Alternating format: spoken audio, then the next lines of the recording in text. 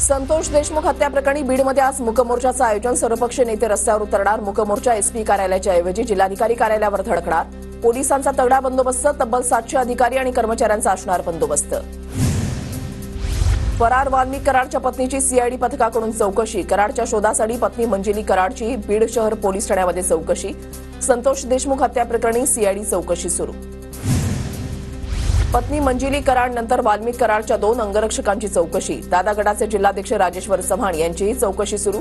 सीआयडीकडून बीड शहर पोलीस ठाण्यामध्ये चौकशी सुरू। धनंजय मुंडे आणि पंकजा मुंडेंचा राजीनामा घ्या। वाल्मिक कराडला तत्काळ अटक करा। रेणापूरमध्ये आंदोलकांची मागणी। 1 जानेवारीला चक्काजाम आंदोलनाचा इशारा। आमच्यावर आलेली वेळ इतर कुणावरही येऊ नये। लातूरच्या रेणापुरातील आक्रोश मोर्चामध्ये संतोष देशमुखांची मुलगी भाऊक। बीड सरपंच हत्या प्रकरणातील आरोपी विष्णू चाटेच्या पोलीस कोठडीमध्ये 6 जानेवारीपर्यंत वाढ। हत्येचा कट रचल्याचा विष्णू चाटेवर आरोप। बीड हत्या प्रकरणाचा तपास पूर्ण होईपर्यंत एकही मुंडे सत्तेमध्ये नको। संजय राऊत यांची मोठी मागणी। धनंजय मुंडे गुन्हेगाराचे सरदार असल्याचाही हल्लाबोल।